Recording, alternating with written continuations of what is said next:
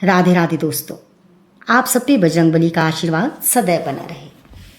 आज हम बात करने जा रहे हैं बजरंगबली को उनकी भूली हुई शक्तियाँ किसने याद दिलाई थी।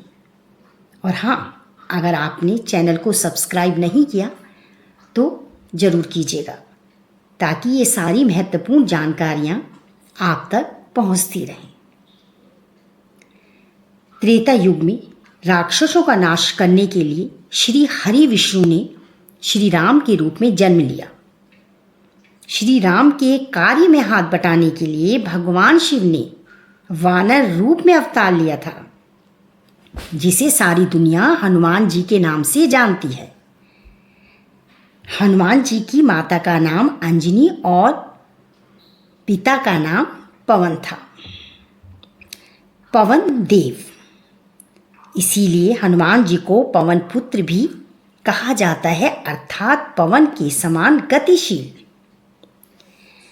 हनुमान जी में आध्यात्मिकता के सारे गुण मौजूद हैं। उनका एक विशेष आध्यात्मिक गुण था सेवा। जानते हैं, हनुमान जी के अंदर मैं का भाव लेश मात्र भी नहीं था। उनका तो स्वयं का जीवन परहित के लिए समर्पित हुआ। सेवा ही उनकी साधना थी। हनु का अर्थ ही होता है अहंकार को मारना। सबसे पहले वो राजा सुग्रीव के दरबार में सेवा का काम करते थे। उसके बाद वो भगवान राम के प्रति अपने को उन्होंने समर्पित कर दिया था। और जानते हैं, जब जामवंत ने उन्हें झकझोरा और कहा कि राम काज लगी तब अवतारा, तब से भगवान राम का कार्य करने के लिए उनका मनोबल बहुत ऊंचा हो गया। उनको समय समय पर जामवंत ही उनकी भूली हुई शक्तियों को याद दिलाते थे। हनुमान जी हर असंभव कार्य को संभव कर दिखाने में सफल होते हैं। अपनी सेवा साधना और समर्पण के बल पर ही हनुमान आध्यात्मिकता की उच्च स्थिति तक पहुंच सके। न्याय, सत्य, प्रेम, सदाचार के लिए हनुमान जी ने अपने आप को समर्पित कर दिया। यही कारण है कि हनुमान भक्त अगर चाहता है कि हनुमान जी की पूर्ण कृपा उस पर बरसे, तो उसे अपने आप को न्याय, सत्य, प्रेम, सदाचार के पथ पर डाल देना चाहिए, यानी हनुमान जी का अनुसरण करना चाहिए। उन्होंने कितने ही अजय राक्षसों का वध कर डाला और रावण की सोने की लंका को भी जला डाला। माँ सीता की खोज करी और अपने सेवा समर्पण के बल पर राम जी के दरबार में अपना एक उच्च स्थान भी बना लिया। जानते हैं, हनुमान जी ने अपनी विवेकशीलता से कई ऐसे कामों को करा है जो बहुत ही हैरतगंज हैं।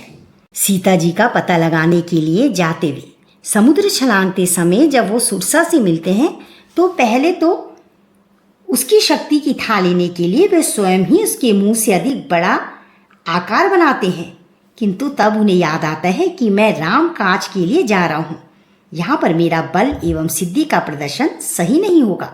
तब बहुत छोटा सा रूप धरे हनुमंतर छोटा आकार बनाकर उसके मुंह में प्रवेश कर जाते हैं और कान से बाहर निकलकर अपने मकसद की ओर प्रस्थान करते हैं। हनुमान जी के व्यक्तित्व में अहंकार का कोई नामो निशान नहीं है। उनके जीवन में अहंकार कभी देखने को नहीं मिलता। सीता जी की खोज के लिए समुद्र लांघने की चर्चा चल रही है। सभी वानर रीछ अपने अपने बल का बखान कर रहे हैं, किंतु उनमें सर्वाधिक शक्तिशाली होते हुए भी हनुमान जी चुपचाप बैठे रहते हैं और जामवंत के कहने पर ही अपनी स्वीकृति देते हैं। जामवंत समय समय पर उन्हें उनकी शक्तियों की याद करवाकर शक्तिशाली बनाते रहे हैं। एक सुयोग्य दूत के रूप में हनुमान जी की भूमिका बहुत गजब की है। जब वो अंगूठी लेकर माँ सीता के पास अशोक वाटिका में पहुँचते हैं, तो अपना परिचय वो इसी रूप में देते हैं। रामदूत मैं मातु जानकी, सत्य शपथ करुणा निधान की। रावण के दरबार में भी जब हनुमान जी प्रस्तुत होते हैं तो वहाँ पर भी वो अपने स्वामी राम के ही गुणों की गाथा गाते हैं। सचमुच में असुरी ताकतों से जूझने के लिए एक योद्धा के रूप में हनुमान जी बेमिसाल हैं।